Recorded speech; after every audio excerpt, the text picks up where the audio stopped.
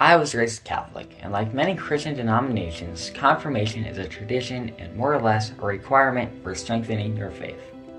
I was raised in a religiously active family. Every Sunday I went to church, then Sunday school.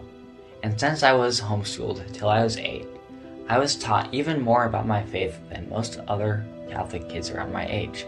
I guess because of this, I thought there was not a lot more to learn other than philosophy and stuff like that. So when confirmation came around, I thought it was all going to be easy. And while some of it was, I really was surprised with how little I knew, especially when it came to talking to people with different religious views and opinions. As a Catholic, for confirmation, you choose a saint whose life or values relates to you, whether it be what you need in the moment, a career, or even aspiring to achieve a level of mental and spiritual peace. When it came to pick out a saint, I still had no idea who I was going to choose. There are so many options. While I did find many saints with very interesting lives, none of them stuck out to me, until I talked to my parents and priests. One of the saints they suggested was St. Paul, so that's who I chose. It wasn't as if I was researching someone I had never heard of, because many of his letters make up a quarter of the New Testament.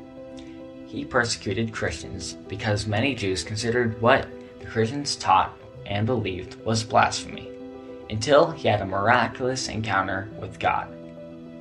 After he traveled around the Mediterranean, he answered many different questions that early Christians had. He was imprisoned multiple times for his beliefs, then executed. The reason I chose him, other than his story and familiarity, is because he is the patron saint of missionaries. At the time, I was uncertain about sharing my faith and views. One of the reasons why it never came up was because talking about faith in a public setting is a risk of sounding preachy.